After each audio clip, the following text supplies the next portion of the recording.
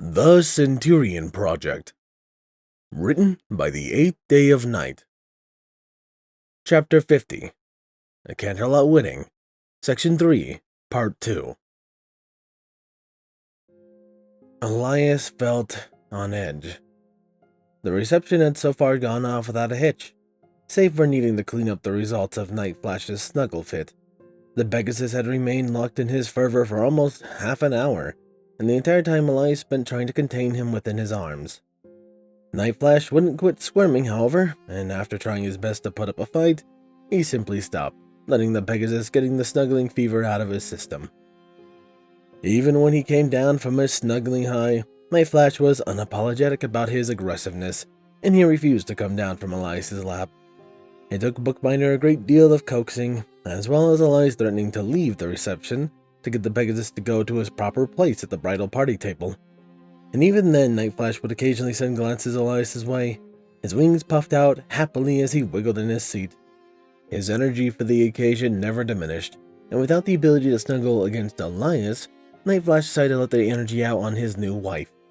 Bookbinder tried to fight him off, but the Pegasus won out eventually, and he curled around her as dinner was served.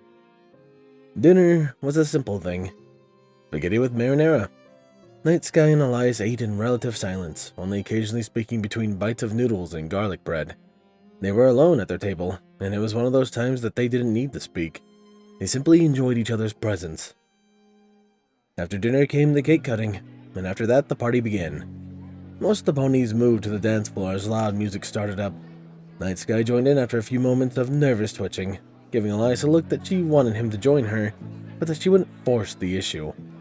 The few who didn't join in the rave drifted towards the bar, Elias included. He had no idea how to dance, and the electronic music blasting through the speakers wasn't really his taste. Instead, he glanced over the bar menu, then ordered a glass of the hardest drink they had. Once the cider was in his hand, Elias leaned against the bar and watched the dance floor. He didn't know what he expected when he thought of ponies dancing, but it wasn't what he saw. Some of the older ponies were doing their best to waltz to the music, while the younger ponies simply kicked and jumped about. Night Sky seemed to be locked halfway between the two as she danced, besides Night Flash and Bookbinder. The pair of ponies did their best to help her loosen up, but the disguised Alicorn often fell into a stiff three-step that made others around her step wide. She looked like she was having fun, however, which was more than Elias could say as he looked over his shoulder. He couldn't shake the nervous feeling that sat on his chest like a ton of bricks. Something was going to go wrong. He could just feel it. It took all of his discipline not to jump when Night Sky seemed to appear at his side. After giving the bartender her order, he hopped back up to one of the bar stools at his side and leaned back. She fluttered her wings and panted softly as she smiled up at him. "Enjoying the festivities, Elias?" He shrugged in reply. "It's fine, I suppose." Night Sky rolled her eyes and snagged her drink just as the bartender set it down. Elias glanced at the drink as she began to suck it through a twirling blue straw it came with. It was made in a coffee mug and had a mountain of whipped cream on the top. But if it was hot, Night Sky didn't seem to care, as she took a long gulp of the beverage. Mimere shuddered and smiled as she took a breath. "I do so love cold chocolate," she said, looking out over the still raving dance floor. "It has all the deliciousness of a milkshake, with less of the fattening properties. It is so difficult to find ponies who do it right." "Then why don't you hire someone for the castle?" Elias asked. Night Sky shrugged. "I tried once in the past, but it was as if his abilities failed when he hit the castle kitchens. After that fiasco, I simply took to doing my best to find it in the wild." She wiggled in her seat happily. "And apparently, Bookbinder hired just the right ponies to make my favorite celebratory beverage." She began slurping again, and Elias silently took another sip of his cider. When he glanced over again, Night Sky's drink was gone, and she was staring at him expectantly. He stared back silently, waiting for the mare to speak. After a few moments of silence, Night Sky snorted and rolled her eyes. "I assume you did not hear me?" "No," Elias answered. Her brilliant green eyes shined in the dim light. "Then let me repeat myself. Will you come dance with me?" Elias stared at her blankly for a moment, then snorted and looked away. No, I don't know how to dance, and even if I did, I wouldn't. I'm not the dancing type. Nice guy matched his snort. That is what all the tough stallions say just before they start dancing, and then they have a blast. Come on, join me. Just for one slow song. Elias motioned to the dance floor. They're not playing slow songs. Bookbinder promised me that they will in a moment. Nice guy replied. So will you join me? Elias scratched the back of his head and refused to meet the mayor's eyes. He instead focused on staring at the crowd, watching the ponies dance about as if interested. On one hand, dancing with Night Sky would be something straight out of a trashy romance novel. But from what he could tell, ponies ate that kind of thing up. It was likely that he would make the mayor very happy by at least giving her one dance. On the other hand, however, he really didn't know how to dance and stood to make an absolute fool of himself. And even though he was attending the wedding as a general, he still had a reputation to uphold.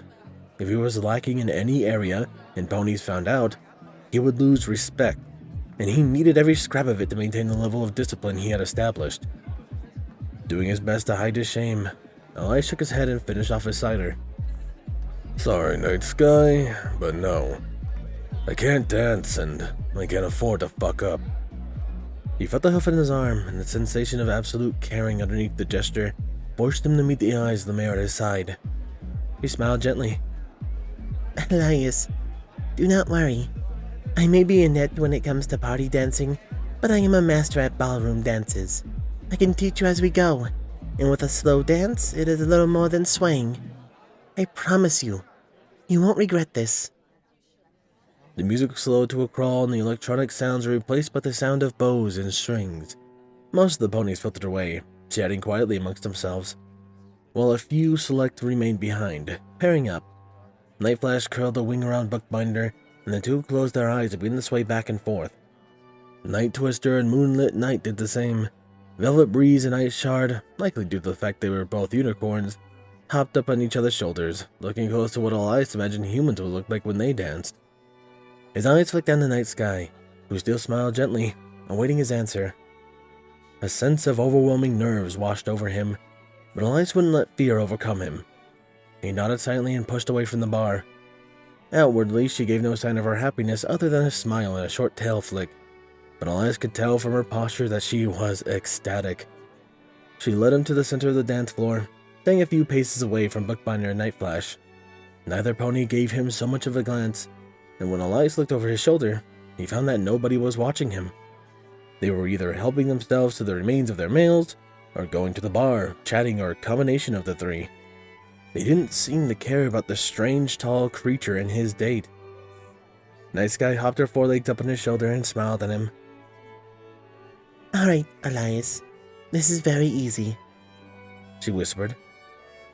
Pretend you're giving me a loose hug, but don't slouch into it. You're taller than I am, so I will lean on you. Elias nervously wrapped his arms around the Pegasus. Her wings twitched as his fingers brushed her feathers, and she giggled lightly. A little higher, you naughty cult. She adjusted his hands up to the rest of the base of her wings. His fingers rested against the softness of her dress, and he could have sworn that he could feel her plush fur beneath the fabric. Night Sky hummed in contentment as she leaned her head against his chest, and slowly, she began to rock back and forth. With as close as they were, Elias had no choice but to follow along, mirroring her motions along to the song. Night Sky let out a long sigh and closed her eyes. Perfect. Elias didn't know why, but alarm bells started to ring in his head. He wanted desperately to relax, to simply dance with his date, but he couldn't help but to feel something was wrong. His mismatched eyes flicked around the reception hall, but he didn't see anything. No waves, no malicious eyes watching his every move. Nothing. Yet he couldn't shake the sick feeling in his stomach that something was wrong. Elias, Night Sky said, her voice barely audible. Elias looked down to see the mare smiling up at him. Her eyes shined, and it was almost as if he could see the little hearts at the center of her pupils. They stared into each other's eyes for a moment, and Night Sky began to close at a snail's pace. The world around him seemed to slow, The night sky pursed her lips and stretched up to meet him. All Elias could feel is dread. His heart pounded in his ears and the music seemed to die away, and despite the attractiveness of the mare he was holding, he couldn't meet her lips with his own. His bad eye twitched as images of blood flitted by. She was already so much weaker, so frail. He could picture Luna with her throat opened, twitching in a pool of blood. He could feel the wet clumps of her luxurious fur as it fell from the cuts that scarred her. He could smell the stench of death as her body collapsed under the weight of wounds far too horrible to heal. The living nightmare ended with a snap, and Elias saw reality. He saw Luna lowering herself to love him, and all he could think about was the tremendous risk she was taking. All he saw was the absolute danger she was putting her in. He couldn't bear to watch, so he turned away. When his lips didn't meet her own, Night Sky opened her eyes and seemed to wither in his grasp. Elias. Her voice bled hurt, and Elias flinched at the knowledge that he was the sole source of that pain. His stomach plummeted like a stone, and he stared at the floor. "I'm sorry, Luna," he whispered. He couldn't meet her eyes, but she wouldn't look away. After a moment, Elias realized that she wasn't pulling away either, and he was forced to look up to figure out why. Night Sky stared hard at him, as if her sight alone could tell her why he had turned away. It was almost as if she thought he was nervous, or that he found something wrong with her, when the opposite was the case. When he heard the song come to an end, and out of his peripherals, he noticed the couple separate back into the crowd of ponies moving back into the dance floor. He pulled away from Night Sky slowly, giving her more than enough time to hop off his shoulders. He shook his head and turned away. "I need to get some air." He walked away, doing his best to keep his standard stride as he made his way out of the reception area. As he walked towards the exit, he noticed a set of stairs going up. He altered his course and took the stairs 2 at a time, bypassing the 2nd and 3rd floors in favor of going to the 4th floor balcony he had noticed on the way in. He went out the first set of doors he found, and Elias quickly found himself leaning over a stone railing, his mismatched eyes staring off into Canterlot. Despite the moon being up, it was still early enough that plenty of ponies were out and about. Elias spotted more than one family trotting by, laughing and playing as they moved through the cobblestone streets. None of them looked up, and Elias was glad for it. He didn't need his tall, beaten figure putting anyone off a good night. Anyone else, at least. "What were you thinking?" Other Elias snapped out from his sight. Elias sighed and rubbed at his forehead. "Don't attempt to scold me like some kind of child. I thought I could find a balance, but I couldn't, and now I'll correct the mistake. Leave me alone." Other Elias cackled. "Oh no, you don't get to say, 'I'm done.' That's not how people work, and we know that. So I ask again, what the hell were you thinking?" Elias clenched his fist and whirled around at the specter. "I was thinking with my stupid bleeding fucking heart instead of my head," he bellowed. "I was thinking that things could be different without doing a single damn thing to make sure they were. Don't play stupid with me. You know what will happen. Am I supposed to just let Luna die because it'll make me happy for a few months?" "It isn't about you," Other Elias snapped. "It never has been. If Luna wants to have a relationship with you and you return her feelings, then you should accept her advances like a normal person would do." Elias laughed out loud and turned away, throwing his hands in the air as he spoke. "I'm not a normal person. I'm anything but a normal person. Normal people don't see blood on their friends' faces. Normal people don't have a night terror every fucking night. Normal people certainly don't have to tell their friends to march right to their deaths." Elias jabbed a finger at Other Elias. "And most importantly, normal people don't play this little game. Normal people aren't haunted by themselves. Normal people can't see themselves when they talk to themselves. I can't act normal because I'm not normal." Other Elias rolled his eyes. "Fine, we're not normal. But don't you think that Luna knows that and doesn't care? Don't you think that maybe, just maybe, the centuries-old Alicorn princess is trying to give us her heart now of all times for a reason? And what reason would that be? Elias spat. What? She cares! Other Elias's eyes hardened into a glare. You shut the fuck up right now, because we know better. Of course she cares. She always has. We're just an ass. He tilted his head. As for real reasons, there are many. Give us a greater reason to fight, which is also giving us the reward, making us relax because we are beyond stressed out, and it will impact our work if it hasn't already. What do you mean? Elias interrupted. My work hasn't slipped whatsoever until I started seeing Luna more.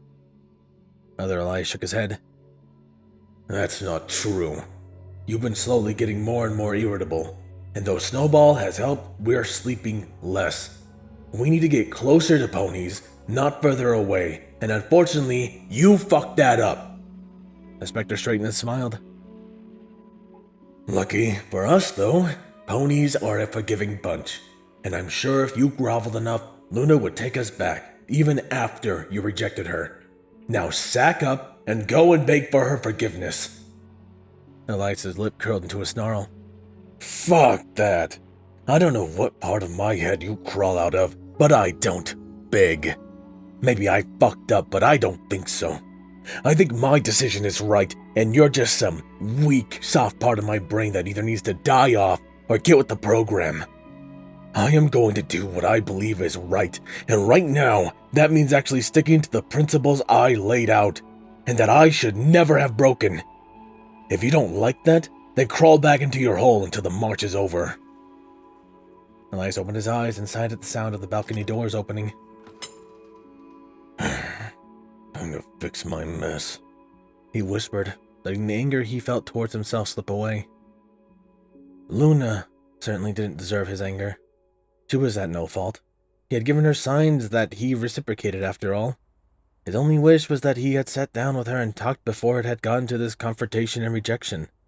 No matter what words they spoke, it was going to hurt. Elias, I simply want to know why. You have been receptive these past few days, and I know in my heart that you feel love towards me. So why? Why will you not accept what already is? The human signer turned to look at the mare. She was still wearing her dress as well as her disguise ring. For some reason, his anger made a sharp return, and he looked away again to hide his look of disgust. Take that ring off. I don't want to talk to Night Sky. I want to talk to Luna. Elias heard a clatter of silver on the stone, and felt a slightly larger Luna pressed to his back.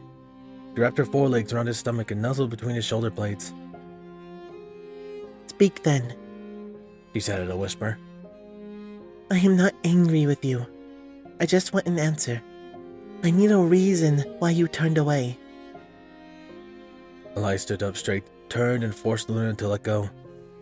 She waited silently as he sat down and leaned back against the railing. Elias dropped his hands over his knees and stared at her. I don't know what to say, if I'm being honest, he started. I've expressed my concerns about preparedness in the past, and we've both ignored my words. He raised a hand as Luna began to protest. I'm not assigning blame. I'm just plainly stating what we've done. I am as guilty in ignoring my thoughts as you are. More so, actually. He sighed and stared at the sky. But I figured out that I should never have let any of this happen. I should have never have compromised my principles, because all it's done is hurt you and distract me. Luna sat down and seemed to shrink as she stared at the ground. So, I am but a distraction to you? Elias closed his eyes and sighed again. Luna, you know that isn't what I meant. The Alicorn shrugged and remained silent. Elias let out a longer third sigh. Luna, all I can say is that I'm sorry. I'm sorry for leading you on. I'm sorry for hurting you with every word I speak. He stared at his hands. I only wish that I had remained distant so that we wouldn't. He stopped as a hoof gently pressed his mouth shut. His eyes flicked up to me Luna's. Her eyes were shining with tears, but they didn't hold any anger or bitterness towards him. Just sadness. Please, don't apologize for that. She said. Even now, I wouldn't trade the moments we've shared for anything in the world. She removed her hoof and wiped at her eyes. I just want an answer to one question. Is this the end for us for good? And I stared at her. I hope not. But I can't decide that alone. I've hurt you tonight. I'm not that stupid. Will it be possible for you to forgive me once this march is over? Luna snorted and he saw a smile creep across her muzzle. Oh, Elias, you may not be a complete idiot, but you are fairly stupid sometimes. She rose and walked to his side, then flopped against him, nuzzling his shoulder. There was never anything to forgive. Elias shook his head. How can you say that? I just... Followed your heart and did what you believe is right. Luna cut in. Even if it hurts you and risks our relationship, you strive to do what is right. It is only proof of the strength of your character, and I only wish I was as strong as you. I sat in silence for a moment, then wrapped his arm around her barrel. He laid his head over atop hers. I'm sorry, he whispered. Luna sighed and closed her eyes. I know, but we shall persevere. Is this our last snuggle until the march is over? He nodded silently. Luna sighed again and wrapped her wings around his chest. Then I thank you for giving me this one last concession, my friend. We shall meet again soon. Elias felt his heart ache as she pulled away. She offered him a sad smile as she stood and began walking towards the balcony doors. Good night, General. I hope you rest well. She grabbed her ring off the ground and slid it on before trotting inside. Elias stared at her for a long time. Then, with stiff muscles, he rose and made his way back into the wedding hall. It was far past time to say his goodbye and get back to work. As a group of ponies came into sight and his nerves started to rise, he thought about a certain bottle squirreled away in his room that would help bring his focus back into its proper place.